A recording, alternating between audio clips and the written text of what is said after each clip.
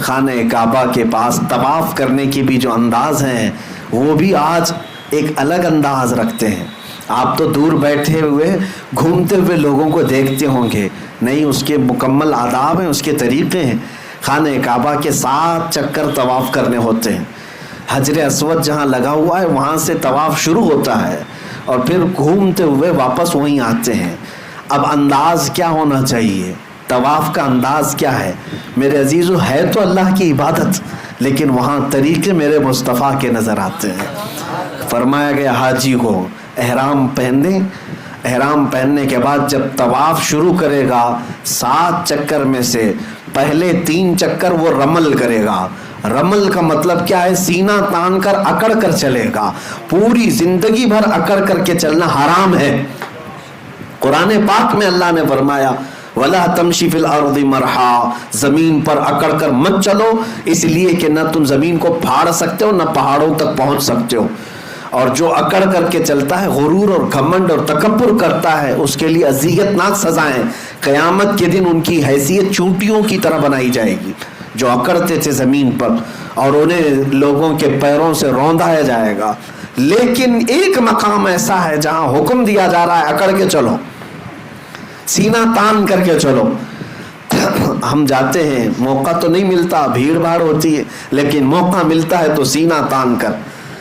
اور وہ انداز کیسا ہے؟ وہ انداز پہلوانوں کا انداز ہوتا ہے، پہلوانوں کا انداز. باقی دوسری جگہوں پر پہلوانی دکھانے کے لیے بھی تمہیں اکڑنے کی اجازت نہیں، لیکن وہاں پر حکم ہے کہ سینہ تان کر کے چلو، رمل کرو. یہ اس کا پس منظر کیا ہے؟ اس کا بیک گراؤنڈ کیا ہے؟ میرے عزیزو، خانہ کعبہ کے پاس طواف تو پہلے نارمل ہی ہوتا تھا، لیکن آپ کو میں بتاؤں رسول پاک صلی اللہ تعالیٰ علیہ وسلم کے ساتھ جو اذیتیں مکہ والوں نے کی ہیں، جو تکلیفیں مشقتیں مکہ والوں نے حضور کی ذات پر ڈالی ہیں، شاید ہی تاریخ میں آپ کو ایسا نہ ملے. حضور جس وطن میں پیدا ہوئے اس وطن کی زمین حضور کے لیے تنگ کر دی گئی تھی. حرم کعبہ میں حضور عبادت کرنے کے لیے آتے تو ان کے ساتھ بہت زیادتیاں کی جاتی. کئی مرتبہ ہاتھ اٹھائے گئے، حضور اکرم صلی اللہ علیہ وسلم کے صحابہ کو مارا گیا، حضرت ابوبکر صدیق رضی اللہ تعالیٰ عنہ کو وہاں بہت مارا گیا. کیا کیا تکلیفیں اٹھائی. 3 سال مکہ میں حضور نے ایسے گزارے جس میں پورے مکہ والوں نے سوشل بائیکاٹ کیا تھا. کیسا سوشل بائیکاٹ؟ کہ حضور اکرم صلی اللہ علیہ وسلم کے اور ان کے خاندان کے ساتھ نہ کوئی کلام کرتا، نہ کوئی خرید و فروخت، نہ کوئی دعوت، کچھ نہیں. کھانے کی ایک چیز بھی حضور کے گھر تک آنے نہیں دیا جاتا تھا. ان 3 سالوں میں رسول پاک صلی اللہ علیہ وسلم نے درختوں کے پتے کھائے اور چمڑے ابال کر کے کھائے.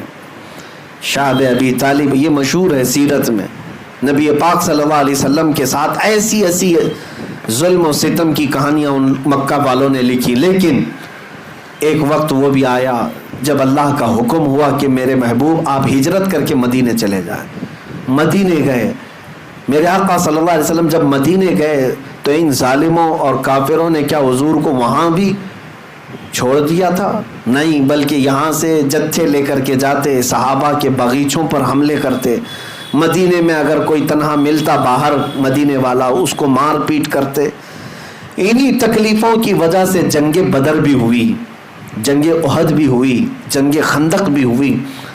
مکہ اور مدینے والوں کے بیچ میں یہ سب جنگیں ہوئی ہیں. حضور 450 کلومیٹر دور جا چکے تھے مکہ سے، لیکن پھر بھی مکہ والے سکون سے نہیں بیٹھ رہے تھے کہ ہم لڑیں گے ان سے. لیکن ایک بات یاد رکھنا، ظلم کی ڈور لمبی نہیں ہوتی. ظلم کی ڈور لمبی نہیں ہوتی، بہت جلدی اسے کھینچ لیا جاتا ہے. ظالموں کی تاریخ آپ اٹھا کر کے دیکھ لیں، ایک وقت آتا ہے جب وہ اپنے ہی گھر میں ایسے قید ہو جاتے ہیں کہ ان کا کوئی پرسان حال نہیں ہوتا. آج بھی جو ظلم ہو رہا ہے، مجھے امید یہی ہے انشاءاللہ وہ وقت قریب ہے جب رب تبارک و تعالیٰ اپنی رسی کھینچے گا تو یہ اپنے ہی گھر میں بے آب و دانہ اور بغیر کسی پرسان حال کے دم توڑنے پر مجبور ہو جائیں گے. آپ انتظار کریں. ہاں، جب بھی اہل حق کے ساتھ ظلم بڑھتا ہے تو زیادہ نہیں، تھوڑے دنوں تک یہ ظالموں کو اللہ ڈھیل دیتا ہے اور یہ ہماری آزمائش بھی ہوتی ہے. ظالم ہرگز یہ نہ سمجھے کہ وہ جو کر رہا ہے وہ سب اچھا ہے، بلکہ آج تو کچھ بھی نہیں ہے، اس سے بڑے بڑے فرعون، شداد، ہارون، حامان، قارون سب آ کر کے گئے. ان کے پاس مال بھی تھا، تخت بھی تھا، تاج بھی تھا، سب تھا، لیکن اپنے ظلم کی وجہ سے وہ باقی نہیں رہے. میرے عزیزوں، 6 سال گزرے ہجرت کے، 6 سال. حضور پاک صلی اللہ تعالیٰ علیہ وسلم 6 سال کے بعد مکہ مکرمہ واپس تشریف لائے 10,000 صحابہ کے ساتھ. نہ کوئی جنگ، نہ کوئی جدال، نہ کوئی قتل و قتال. حضور پاک صلی اللہ تعالیٰ علیہ وسلم کے ساتھ 10,000 صحابہ تھے. مکہ فتح ہو چکا تھا. وہ مکہ والے جو ہمیشہ لڑ رہے تھے جماعت جماعت بنا کر کے، وہ بیچارے ٹکڑوں میں بدل گئے. سب میں آپس میں نفرت پیدا ہو گئی، خاندانوں میں درار، اور حضور پاک صلی اللہ علیہ وسلم کی اس جماعت کا مقابلہ کرنے کی سکت بھی نہیں رکھتے تھے. مکہ فتح ہوا.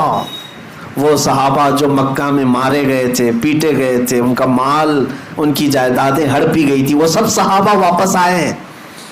سوچیں آپ، تصور میں جائیں، جن صحابہ کو گھر بار سب چھوڑ کر کے مدینے جانا پڑا تھا، آج 6 سال کے بعد جب وہ واپس آئے، ان کے ساتھ کتنی خوشیاں تھی جانتے؟ ایک تو اپنا وطن، ایک تو اپنا آبائی گھر مل رہا ہے، اپنی وہی پہچانی ہوئی زمین، اس پر پلس یہ ہے کہ خانہ کعبہ آج کھلا ہوا مل رہا ہے. جہاں پر آنے پہ ان پر پابندی تھی، آج ان کے ہاتھوں میں ہے. اذان یہ دے سکتے ہیں، نماز یہ پڑھ سکتے ہیں. کتنی خوشیوں کا وقت ہوگا. یہ وہ وقت تھا فتح مکہ کا، جب رسول کریم صلی اللہ علیہ وسلم کے یہ صحابہ 10,000 کی تعداد میں تھے، خانہ کعبہ کے اندر داخل ہوئے. صحابہ کی کیفیت ہی الگ تھی. وہ وجد میں تھے، کوئی دیواریں چومتا، کوئی مٹی اٹھا کر چومتا تھا کہ مجھے اللہ تعالیٰ نے میری نعمت واپس عطا کی.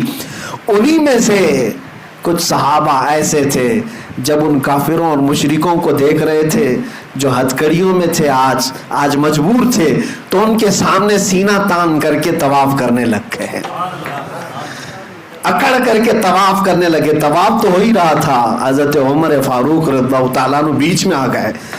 اس صحابی کے، حضرت سعد اور ایک صحابی تھے، کہا کہ یہ کس انداز سے چل رہے ہو تم؟ حضرت عمر آ کر روکنے لگے، یہ کس انداز سے آج تم چل رہے ہو؟ یہ طواف کا طریقہ ہے. تو حضرت عمر جب روکنے لگے، میرے مصطفیٰ کریم صلی اللہ علیہ وسلم نے پیچھے سے پکارا اور کہا، عمر چھوڑ دو، اس کی ادا کو اللہ بھی پسند کر رہا ہے. اللہ کو یہ پسند ہے کہ اس کے دشمنوں کے سامنے سینہ تان کر کھڑے رہیں. اللہ کو یہ پسند ہے. اللہ تعالی ہمیں ہمیشہ دشمنوں کے سامنے اسی طرح سے زندہ رکھے.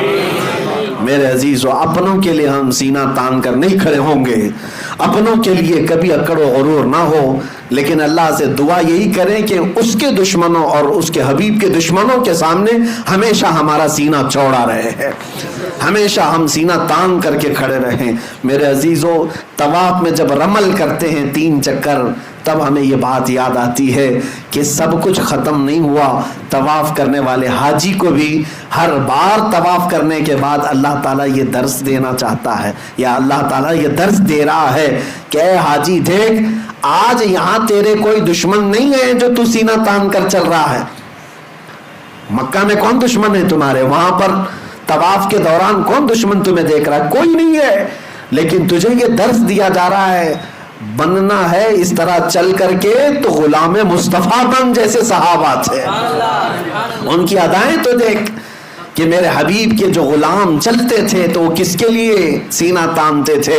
وہ رسول اللہ کے دشمنوں کے لیے. السلام علیکم ورحمۃ اللہ وبرکاتہ. امید ہے آپ سب خیریت سے ہوں گے.